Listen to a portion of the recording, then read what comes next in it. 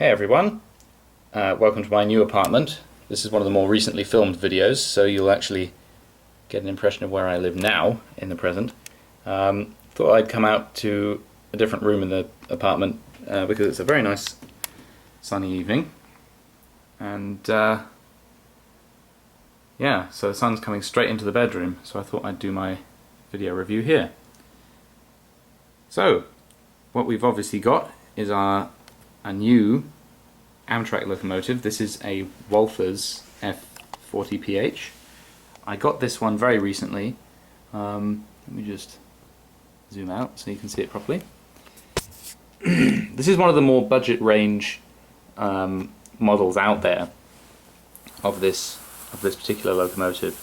As you can see, I think it's one of the better moldings. I've heard that there are some problems with the Kato molding, that apparently the nose shape is a little bit wrong and so on, but I think this particular model is really beautiful, and actually there's lots of room for you to do some modeling of your own and do some improvement, particularly because all of the places where the grab irons need to go on, even if you were to buy like a Kato model, those would not be fitted for you. You'd have to do them yourself anyway. So let's take another closer look.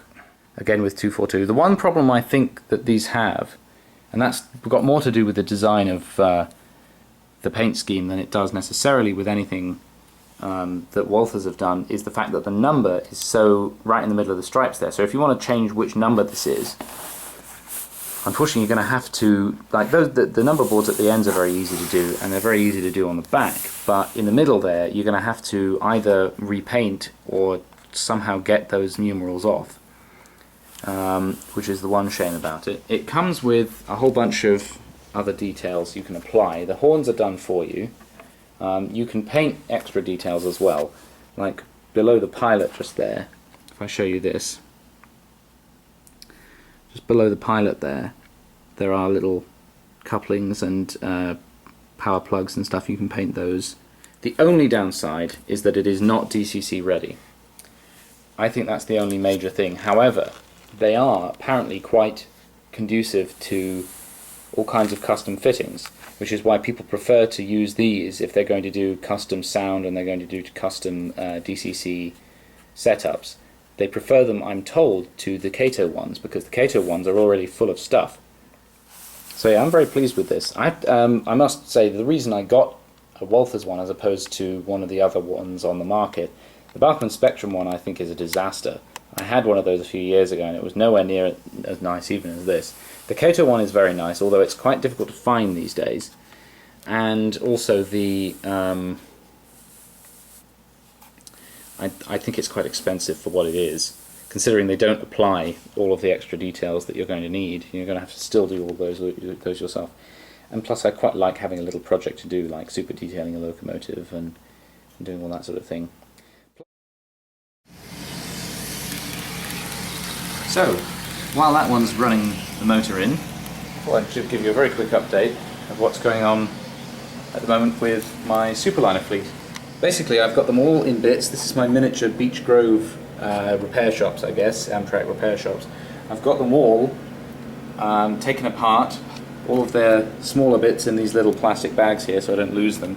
Also, so I know which bunch of bits came from which car. I'm doing a little bit of work on the am fleets as well, but I've taken the interiors out and I'm painting them. So here we are. This is what I'm doing. This one is the coach car. I've not quite finished that one yet. I'm just putting some primer on the floor. This is the lounge car. This is what's going to be in the lounge car. I've done most of the chairs and tables and stuff. I just need to touch it up because they're very, very fiddly. How I wish all of these little things were separately applied so you could take them apart for painting. Trying to get, you know, all of these little lines right, it's just so difficult. This is the dining car, as you can tell. All these little tables and chairs ready to go. Here's the coach. This is, I think, a standard Superliner coach. I've painted the seats. I'm going to be doing like little headrest covers and stuff as well. I've done armrests in silver. This is the ground floor of the lower level of the lounge car. with a few seats, and there's also a little piano there which I'm going to paint in detail. So yeah, that's what I'm up to with those, and stay tuned to see more.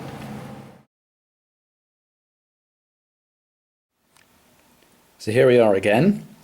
This time I've got a slight update on what I've been up to. Here's one of the Superliners I've been working on. This one is now finished, and here is the F40PH, now with a lot of detail added. It's not quite finished, but it's nearly there. You can see that I've added an awful lot of handrails to it. Now, these two, the two at the back and the rear plastic one, these ones and those at the back, those were all provided with the model when you buy it. However, if you want to make a more accurate model, you've got to add some more than that, because the F40s were covered in details, which is why they're so much fun to have, because they look great once they're done.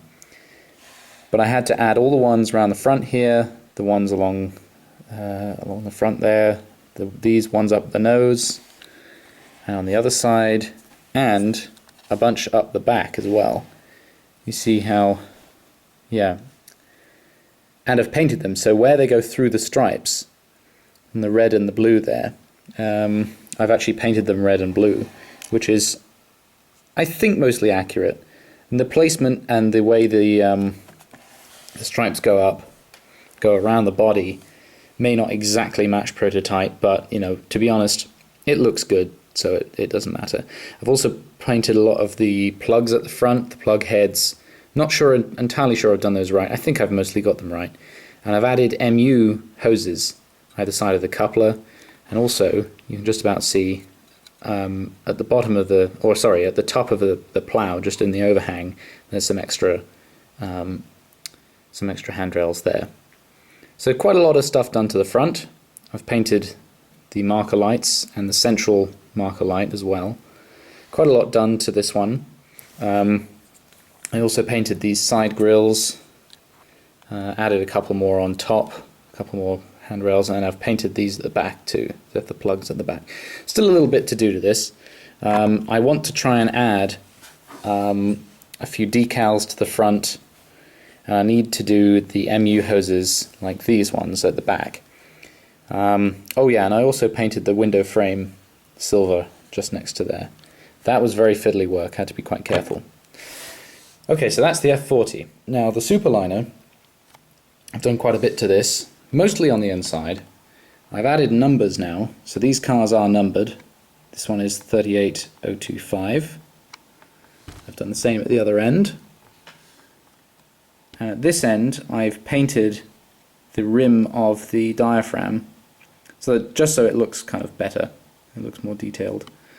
But the most important change that I've made is on the inside. Now, if you just permit me to turn... Oh, good job. Don't drop the camera, Michael. There we go. You see that I've painted the interior, but also added figures, little people, so that it looks populated. It looks like it's serving dinner. Let's have a look at it with the light off. I think that looks a lot better than it did just with an unpainted interior, because now you can actually make out features inside, and it doesn't look too yellow, which is how this looked before I painted the interior. So yeah, basically, if you get the chance, paint your interiors, because they do improve the look of the train an awful lot, especially if you've got lights installed. So that's it for the moment. This is the only one I've got done. There are at present 6 others waiting to be finished that are in various stages of completion, but I'm very busy at the moment, and so I can barely spare any time to get on and do them.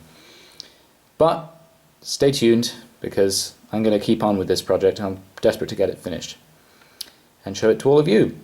So see you next time. Bye bye.